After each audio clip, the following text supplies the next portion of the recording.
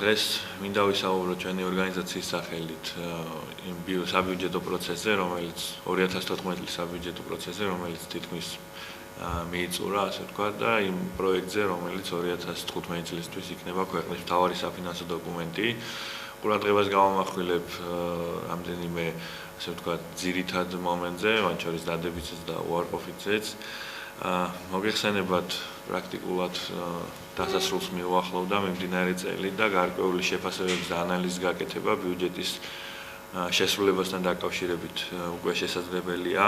2014 წლისთვის მოგეხსენებათ 9 მილიარდ 105 მილიონი დოლარის დონეზე იყო დაგეგმილი ბიუჯეტის შემოსულობების ნაწილი, ხოლო გადასახდელების ნაწილში დაგეგმილი იყო 9 მილიარდ 80 მილიონი ლარის დახარჯვა. 22 დეკემბრის მდგომარეობით შესრულებულია შემოსულობების 95%, ხოლო გადასახდელების ნაწილში შედარებით ჩამორჩენა 90-91%-ის დონეზეა.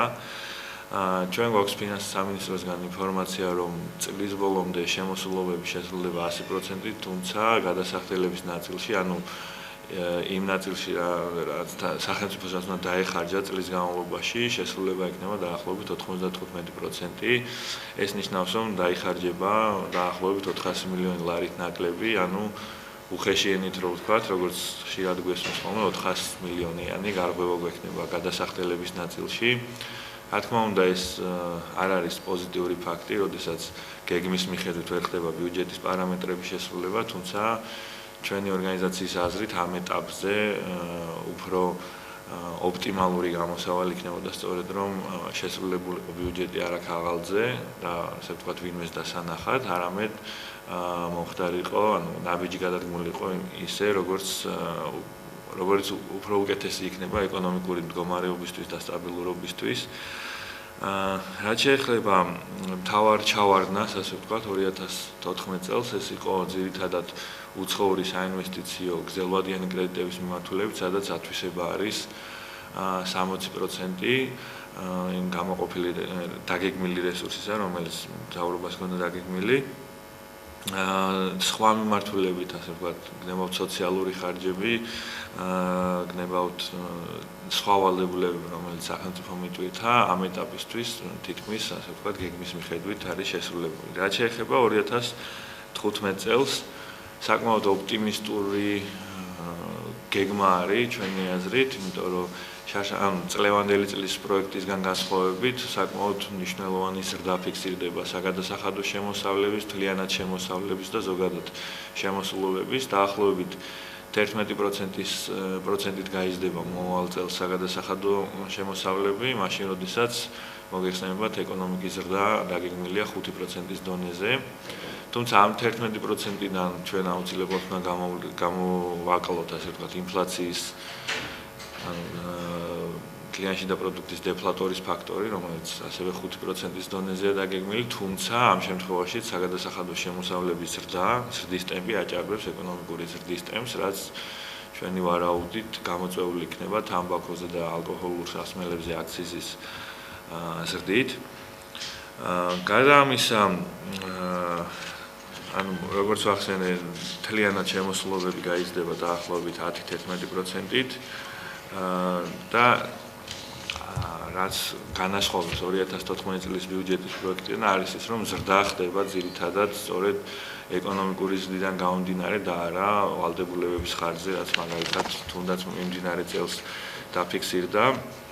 რაც შეეხება გადასახდელებს, ანუ იმ თანხას, რასაც სახელმწიფო მთლიანად დახარჯავს 2015 წელს, ეს არის 6.2%-ით გაზრდილი, ანუ ამდენით მეტი ხარჯი გაიწევა 2015 წელს.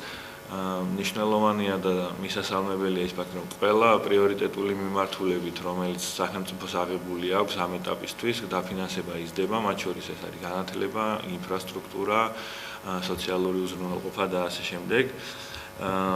ერთი ნეგატიური ფაქტორი, რაც ჩვენი აზრით არ შეესაბამება ქვეყანაში მიმდინარე პროცესებს და არსებულ ეკონომიკურ სიტუაციას, ეს არის შრომის ანაზღაურების ფონდი, ასე ვთქვათ, ანუ ის თანხა, რაც 2015 წლისთვის ხელფასებზე დაიხარჯება. მართალია 2015 წელს იზრდება საბიუჯეტო სექტორში დასაქმებულთა რაოდენობა დაახლოებით 4%, თუმცა 6%-ით იზრდება მათი შრომის ანაზღაურებისთვის გამოყოფილი თანხები, ანუ ასე ვთქვათ, საბიუჯეტო სექტორში ხელფასები გაიზრდება. და თუ შევადარებთ 2013 წელს, 2013 წლის შემდეგ დასაქმებულთა რაოდენობა გაზრდილია 6%, თუმცა მათი შრომის ანაზღაურებისთვის გამოყოფილი თანხა 18%-ით, რაც ამ პერიოდში ეკონომიკა მოგეხსენებათ 8%-ით გაიზარდა და ჩვენი აზრით არაადეკვატურად გაიზარდა შრომის ანაზღაურებისთვის გამოყოფილი ხარჯები. მნიშვნელოვანია, რომ მომავალ წელს ინფრასტრუქტურულ პროექტებზე დაიხარჯება მილიარდ ლარზე მეტი, 1.2 მილიარდი უფრო კონკრეტულად, რაც ქვეყნის გრძელვადიანი ეკონომიკური ზრდისთვის ძალიან მნიშვნელოვანი ფაქტორია. და კიდევ ერთი მნიშვნელოვანი დეტალი ის არის, რომ მომავალ წელს შემცირდება ბიუჯეტის დეფიციტი მთლიანში და პროდუქტის 3%-ის დონეზე, რაც ქვეყნის ეკონომიკური სტაბილურობის გამტკიცებისთვის მნიშვნელოვანი ნაბიჯია და ამდენად რომ შევაჯამოთ ჩემი და ჩვენი ორგანიზაციის დასკვნა ამ ეტაპისთვის, რომელიც ბიუჯეტს ეხება, 2015 წლის ბიუჯეტი არის მიმდინარე 2014 წლის ბიუჯეტთან შედარებით გაუმჯობესებული, მასში უფრო დევს განვითარების ელემენტები ვიდრე მიმდინარე წლის ბიუჯეტში და ჩვენი აზრით მსგავსი სტრუქტურის და შინაარსის ბიუჯეტი ეკონომიკური გარემოს გაჯანსაღებას მნიშვნელოვნად შეუწყობს ხელს.